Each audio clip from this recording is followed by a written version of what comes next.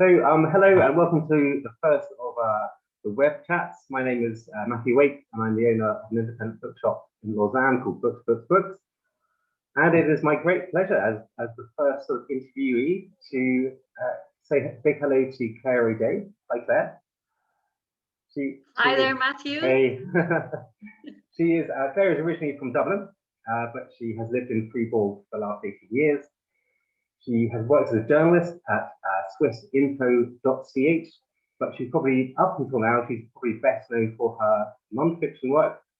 Her first book is The Naked Swiss, A Nation Behind 10 Myths, which was published in 2016.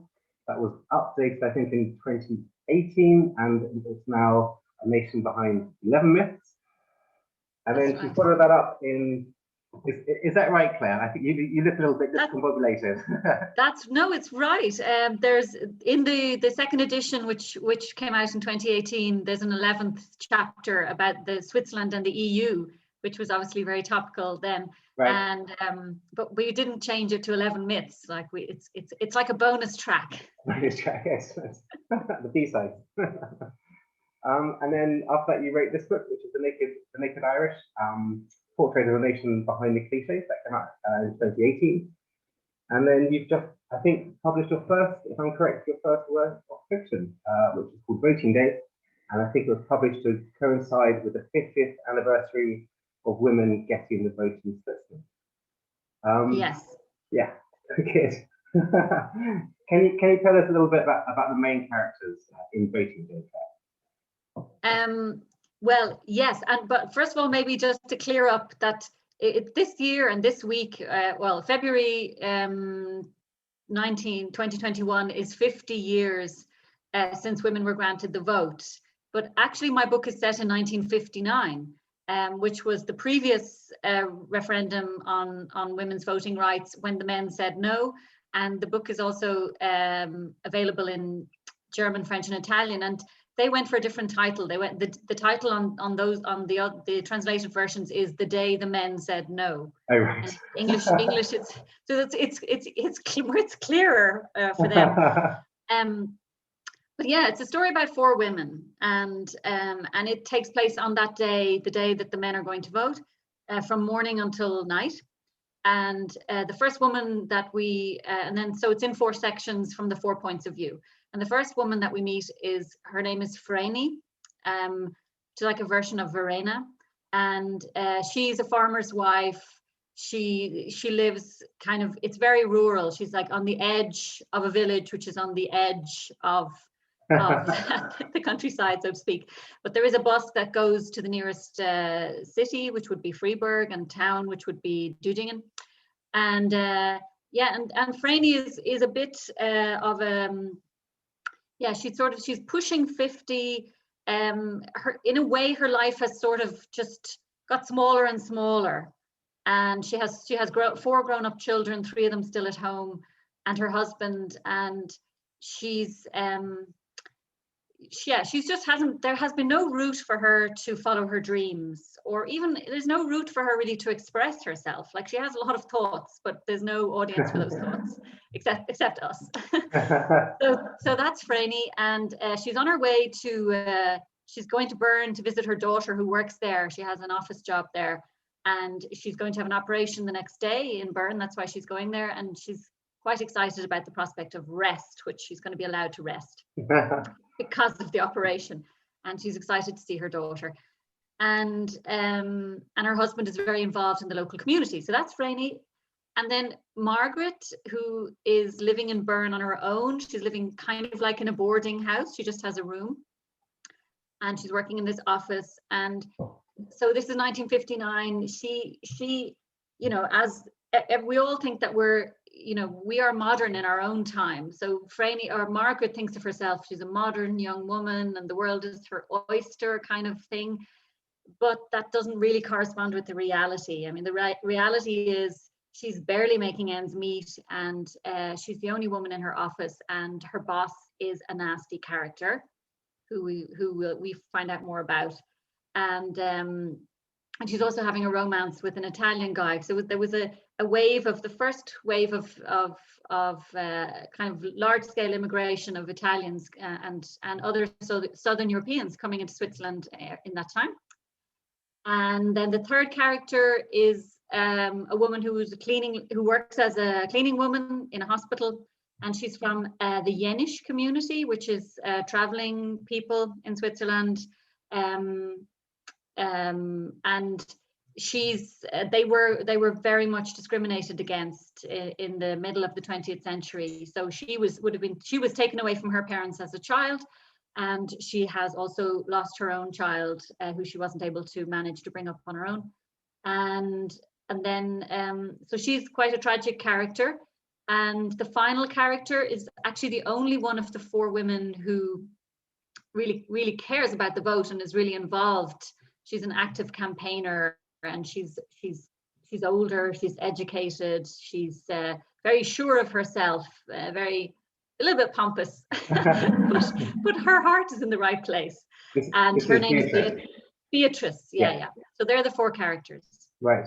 And what was it that sort of, because I know all quite different characters. We have let's say the rural housewife. You have her sort of modern daughter. You have this Jenisch character, as you say, this kind of slightly pompous yet independent woman who's very switched on about women's writing. Women voting. What was it that inspired you to tell their stories? Or what inspired the book, I guess, in another way? Well, I had a seed of an idea that I wanted to write a book with a sort of historical novel in the 20th century, and I actually had the idea to do something much longer and bigger, say a whole life, and show a little bit of the intersection with different things that were happening, political things or historical things. Yeah. And I just thought that this would be an Irish story, because any fiction, I've mainly written short stories until now, and it's been set in Ireland, and I think, that's common enough. I spent 2/3 of my life in Ireland and 1/3 in Switzerland, but I just kind of this was playing around in my head, and on one particular day, I was going for a walk, as I do every day with the dog, and I started kind of out of the blue, I thought, why not a Swiss woman? I sort of felt like, because I was also thinking about my great grandmother, who's a deserted wife and then went to train as a nurse in London. I thought, oh, maybe she could be an inspiration. But then I thought, well, it's too close to me. Why not push it away a little bit? And then I thought of a Swiss character, and that just kind of started the wheels turning. And I had a special interest in this 1959 vote. Like I've accumulated some knowledge about it over the years, and I interviewed one particular person who was an active campaigner at that time, and I thought, there's a lot of dramatic potential in that. And how do you what did it feel like to live in those, at that time, under those in that, just this, the spirit of the time. It was so much a society built for men and built around men, and to a great extent at the expense of women, who were the unpaid, invisible half of the equation, or low paid. So I wanted to kind of, I thought, just get in there and imagine that whole time and that whole feeling. It's quite interesting, because it seems to me that, in a sense, up until now, you've written a lot of non-fiction, and you just said, the spirit of the time. And I guess that fiction is the way to express that feeling, which is perhaps you can't do so much in non-fiction. Did you find it quite difficult in that sense to make a switch between non-fiction and fiction, or was it quite easy, because in fact you've been writing fiction for perhaps some time? Well, I was just happier writing fiction. I am happier writing fiction. You've more freedom. Like it's the creative process. It's what it's like being a play. It's play for adults. You know, I'm not playing. I'm not playing with Playmobil figures, having all these little dramas. And, help! But I'm writing instead. So yeah, I think like the book is short and it's a novella technically, even though I just notice more and more people don't use the word novella, that there's lots of novellas out there masquerading as novels. So Right. so mine is too. But I felt like I'd done okay with short stories, and that in the short form I liked how much you can communicate and capture in a shortish in short fiction. So I wasn't intimidated then going into it. I thought, well, each character will be like a long, very long short story, and then they'll all come together. And once I found the voice for each person, it just kept moving. You know, it was the right thing for me to write at the right time. Right. I mean, in some ways, it's quite interesting to bring up the sort of capturing things in short story, because in a sense, you start with the first narrator, Bergli, then she kind of passes the baton of the story onto her daughter Margaret, who then passes it on to Esther, who then passes it on to Beatrice, and then the concluding chapter. So you have, you know, was that a structure which you had sort of decided upon before you started the novel, or was that just something which sort of evolved naturally? Yeah, I had that basic concept. You know, I did think that we would move chronologically through the day, and that the story would be handed over from one to the other. But I wasn't like, before I really had the plot, you know, I wasn't sure how the four women would be connected. Mm-hmm. You know, at one point I was thinking, could they be all in a waiting room at a doctor's office, right, or something like that? Even though it was Sunday, that wouldn't work. But you know, I thought that there would be some key thing happening with each of them, and so the character, there's a child who connects the four women, and he wasn't there straight away, but obviously he's in the first scene. So by the time I started writing, I had him in there as well, and he was sort of the glue. But I liked showing how they responded to each other or perceived each other. You know, there's a scene where Margaret, who's the second character, sees Esther, who will be the next character. You don't know that yet, but you might have a hint. And she responds to her. You know, they're not perfect, any of these women. You know, so she kind of she notices there's something about this woman, why she feels like that she's being watched, and she responds to her as a rival in a way, because she's another young woman, and she's kind of going, oh, is she better looking than me? I guess, yeah, maybe she is. You know, and, she feels there's something suspicious about her. You know, like, so I felt theirs was kind of like, I mean, there's sort of a message about solidarity, you know, helping each other in a way in the book. So sometimes you see where the women aren't helping each other, and how they might. Yeah. Right. It was. I guess the other thing to do, and perhaps I'm living up to my T-shirt now, which is book nerd, but I sort of nerded out a little bit because I noticed that Bergli and Beatrice were the last character. You wrote those as the third person. Whereas Margaret and Esther, who are the second and third characters, you wrote these in the eye from the first person. And I just wondered why you did that. What was the thinking there? Yeah. Well, it was only when I started Margaret, the second one, that I really felt the need to depart from the feel and the pace of the previous character. And I think the tense also changes to the present tense. Right. So it's first person present tense, and for me that kind of conveyed Margaret's kind of flightiness, impulsiveness, living in the moment, Wonderful. 23. Yeah. And it marked the difference. There's a different atmosphere in that part. So yeah, it's kind of, ends up being maybe a reflection of the generations, because the two younger women in the middle, again, when it comes to the third character, she speaks. I actually think part of that is even in the present, but she's mainly speaking in the past. Right.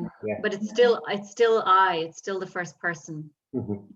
I was taken away from my family. Yeah. So yeah, maybe it's something to do with that it ends up being linked somehow to the age, and right. Yeah, because I think both Remy and Beatrice are very sort of considered characters. They really know who they are, more or less. Yeah. They sort of have questions and say, no, I don't know. It's pure speculation, but you certainly got the sense from your language there. It was fun, obviously, and I know you were in Fribourg. It was fun that you part of the novel is set in Bern, part of the novel is set in Montreux, which was a shout out to Swiss Ramon. But I came across something I've actually never seen or heard of in Switzerland, which is the Yenish. So I sort of felt a little bit, I don't know what the word is, privileged or ignorant. I've never heard of the Yenish in Switzerland. So can you just tell, just out of curiosity, can you just tell us a little bit more about who they are? Yeah, sure. I mean, I suppose I'm coming from Ireland. Like, we have the traveling people in Ireland, and I never would have dreamed that there was an equivalent group in Switzerland. But once I heard of them, like it stuck out for me. There's, when I was researching The Naked Swiss, I think I came across a really good book by, I think the guy's name is Mitya New. I have it on my shelf. I probably won't find it if I go and look for it. But one of he interviewed a lot of people about sort of interesting and unusual people in Switzerland. And like, for example, one person he interviewed was the daughter of the police chief who helped a lot of Jewish people cross the border during the war. I think his name is Paul Gruniger or something. And he lived, everything I say now, I'm not sure of it. Maybe St. Gallen, I don't know. But anyway, recorded for posterity as well, so everyone can fact check you. It doesn't matter. But there was a certain cutoff point where it became really technically impossible for Jewish refugees to come into the country, and he ignored that cutoff point and continued to process entry documents for many, like over 1,000 refugees, and he lost his job, and I think he was convicted anyway for doing that. So in this book, there's an interview with his daughter, and which reminds me about the Gustav Sonata, but we can come back to that. And then there was also a chapter in this book where he interviewed or profiled somebody from the Yenish community, and she described her upbringing and the traveling around and crossing the border into France different times of the year, and sort of and then spending somewhere in the winter months, spending the winter months in a certain place, and lying low. The big thing was lying low, because there was an official policy to bring these groups into the mainstream, splitting families up or putting children into care was an official policy in the 30s and 40s. Yeah, so these Yenish people, they speak a Swiss German dialect or Germanic dialect, and they have caravans, and they move around at different times of the year, and there's about 30,000 of them in Switzerland, but probably only about 10% of them now actually go on the road anymore. Right. And there was a fair here in Fribourg the summer before last of Yenish people. They came and they were selling stuff and performing and things like that. I went down and had some chats with people there. And one of the things in the book is about the the families not trusting the schools and being Right. afraid that children will be taken away during the school day by the authorities. That's how it happened. And so I talked to one woman, she was younger than me, and she was like, my children will never never come home from school on their own. I'm there every day. And I collect them at lunch, but she still has this thing from her own family history that she doesn't want her children to be in any way vulnerable at school. It's Right. terrible. Yeah. Still That's the Inish. Yeah. So I have one last question for you, and I think you sort of partially answered it already. But obviously, you started with a book about Switzerland, Swiss, and then you did a book about Ireland, and now you've got a novel about Switzerland. Do I look at my crystal ball? Do I see a novel about Ireland on the way, or not necessarily? I don't know, not necessarily. Well, I actually have written a novel about Ireland, and it's in the drawer, and it might be happy enough to stay there. I don't know. We'll see. What? We will see what happens to it. We'll see what happens. But I did have an idea. I mean, see, the ideas are not the problem. It's actually having a good enough idea, and that you're prepared to spend months or years with that same idea. That's the thing. Like I saw a news story back in November. There was a monkey skeleton found in Basel from the Middle Ages, from the 15th century. And it's called a Barbary macaque monkey. It's from somewhere in North Africa.